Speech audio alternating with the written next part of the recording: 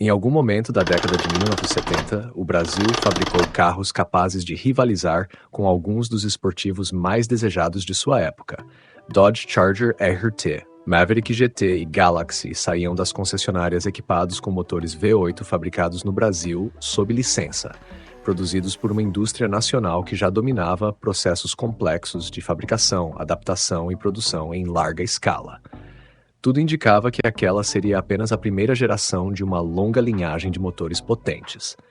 Mas poucos anos depois, todos eles começaram a desaparecer. O curioso é que muita gente acredita que isso aconteceu apenas por causa do consumo de combustível. A verdadeira história é muito mais complexa. Para entendê-la, é preciso voltar alguns anos no tempo. Durante as décadas de 1960 e 1970, o Brasil vivia um período de intensa industrialização. Novas fábricas surgiam, rodovias ligavam regiões antes isoladas e a indústria automobilística passava a ocupar um papel estratégico no desenvolvimento nacional. Até então, a maior parte dos automóveis produzidos no país era voltada para a economia e a simplicidade mecânica. Mas à medida que o mercado crescia, também crescia o desejo por veículos mais sofisticados, potentes e capazes de transmitir uma sensação de prestígio.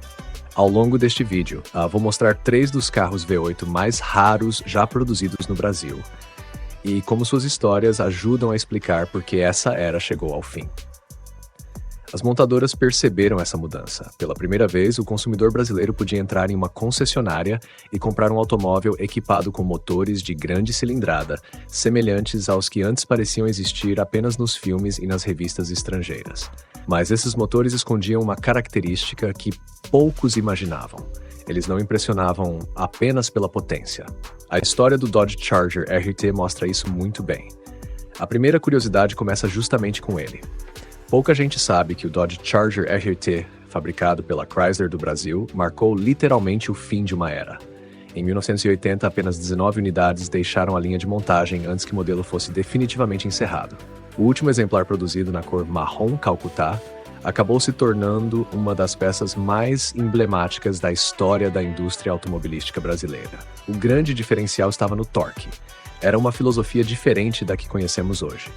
Naquela época, potência significava conforto, segurança nas ultrapassagens e força para enfrentar longas viagens por estradas que ainda estavam sendo construídas. Bastava tocar o acelerador para sentir a resposta imediata, acompanhada por um ronco grave que acabaria se tornando uma das marcas registradas daqueles automóveis. Mais do que carros potentes, eles eram vitrines da capacidade industrial brasileira. Naquele momento, parecia que os motores V8 fariam parte do futuro das ruas brasileiras. Mas esse futuro duraria muito menos do que qualquer fabricante imaginava. Em poucos anos, uma geração inteira de automóveis desapareceu das linhas de produção. O curioso é que o motivo foi muito além do alto consumo de combustível. Por trás do fim dos V8 brasileiros existiu uma combinação de engenharia, economia, política internacional e decisões industriais que mudou para sempre o rumo da indústria automobilística nacional. Tudo começou com um conflito que parecia distante demais para afetar o Brasil. Embora estivesse a milhares de quilômetros de distância, seus efeitos chegaram rapidamente ao país. A crise do petróleo de 1973 foi o primeiro dominó a cair, mas ela não foi a única responsável por essa mudança. Existiam decisões econômicas que o consumidor comum nunca via. Havia outro fator que quase nunca aparecia para quem comprava um carro. Programas de incentivo à exportação, como o BFIEX, influenciavam diretamente a estratégia das montadoras. Produzir um automóvel não significava apenas montá-lo, era preciso equilibrar custos, importações, exportações e metas industriais. Ao mesmo tempo, motores projetados em outra época precisariam de grandes adaptações para atender aos novos padrões de emissões. Adaptar toda essa tecnologia tinha um custo elevado. Enquanto o mercado para os grandes V8 encolhia, manter essa estrutura deixava de fazer sentido econômico. Para as montadoras, a conta começava a mudar. Manter linhas de produção de motores grandes significava investir em novos projetos, novos componentes e novos processos industriais em um mercado que já começava a procurar veículos menores, mais econômicos e mais baratos de manter. O problema não era apenas o tamanho do motor. Era que toda a indústria ao redor dele estava entrando em uma nova fase. A engenharia, que antes buscava potência, robustez e desempenho, começava a dar lugar a soluções mais eficientes e econômicas. Enquanto a indústria mudava de direção, alguns modelos fabricados no Brasil acabaram se tornando verdadeiras raridades. A segunda curiosidade mostra exatamente isso. Entre os Ford Maverick produzidos no Brasil, um dos mais cobiçados pelos colecionadores é o GT Quadrijet, de 1974.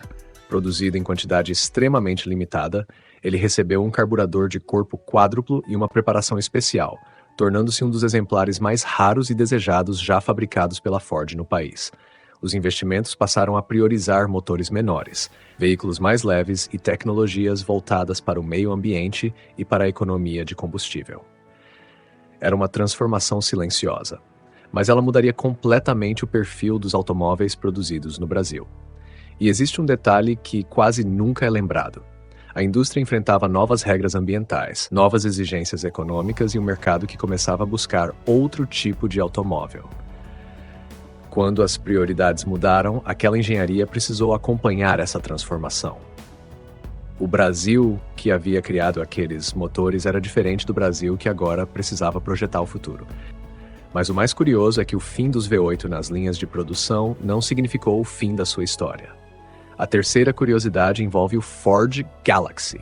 Entre os Galaxy mais raros produzidos no Brasil está o Galaxy Standard, de 1972. Criado como uma versão mais simples do luxuoso sedã, ele foi pouco aceito pelo mercado, e estima-se que cerca de 86 unidades tenham sido produzidas.